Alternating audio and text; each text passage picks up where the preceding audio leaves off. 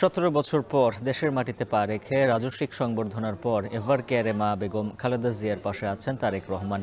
Ever কেয়ারের সামনে থেকে বিস্তারিত জানাতে যুক্ত আছেন সুলতানা স্বর্ণা।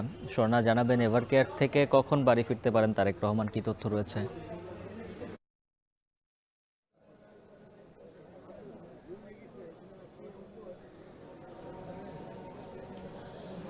উজ্জ্বল, ঠিক সন্ধ্যা ৬টার কিছু আগে তারেক রহমান বিএনপির ভারপ্রাপ্ত চেয়ারপারসন এভার কেয়ারে পৌঁছেছেন।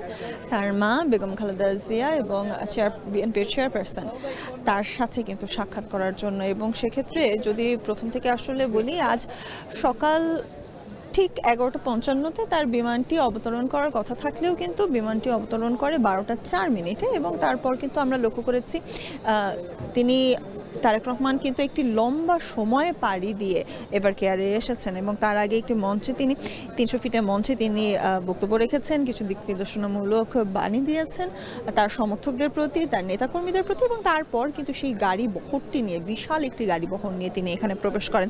তবে একটি জিনিস আসলে উল্লেখ করতে চাই, প্রথমত এভার কেয়ারের পরিস্থিতি নিয়ে যদি বলি, এভার কেয়ারের সামনে এবং চারপাশে কিন্তু আমরা ভোরের আলো ফোটার আগ থেকেই অনেক নেতাকর্মীদের দেখেছি জড়ো হতে, এবং সেই নেতাকর্মীদেরকে কিন্তু তারেক রহমান হতাশ করেননি।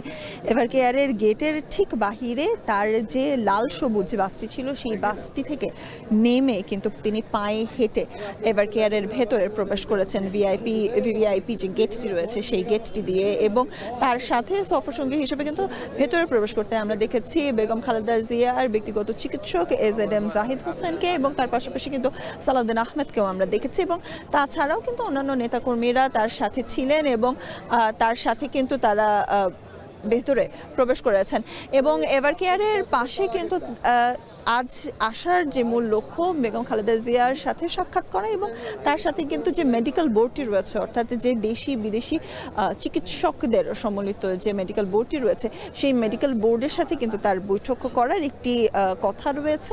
এবং সেই বৈঠকের পরেই কিন্তু আসলে উঠে আসবে যে বেগম খালেদা জিয়ার বর্তমান শারীরিক যে অবস্থা রয়েছে। বারংবারই কিন্তু মিডিয়া সেলের পক্ষ থেকে, বিএনপির মিডিয়া সেলের পক্ষ থেকে এবং তার ব্যক্তিগত চিকিৎসকের পক্ষ থেকে কিন্তু জানানো হচ্ছে যে তার শারীরিক অবস্থা অপরিবর্তিত রয়েছে, অর্থাৎ লিভার সিরোসিসের পাশাপাশি ডায়াবেটিস, আর্থারাইটিস এবং হৃদরোগের মতো জটিল বিভিন্ন রোগে আক্রান্ত বেগম খালেদা জিয়ার বর্তমান যে শারীরিক পরিস্থিতি আমরা লক্ষ্য করছি, সেই নভেম্বরের 27 তারিখ থেকে সেই একই ধরনের কিন্তু রয়েছে, অর্থাৎ ক্রিটিক্যাল সিসিইউ এর ভেতরে তিনি অবস্থান করছেন। এবং তিনি এখন পর্যন্ত তার শারীরিক যে অবস্থা, সেক্ষেত্রে তিনি কিন্তু চিকিৎসাটি গ্রহণ করতে পারছেন, এমনটাই কিন্তু আমাদেরকে জানানো হয়েছে।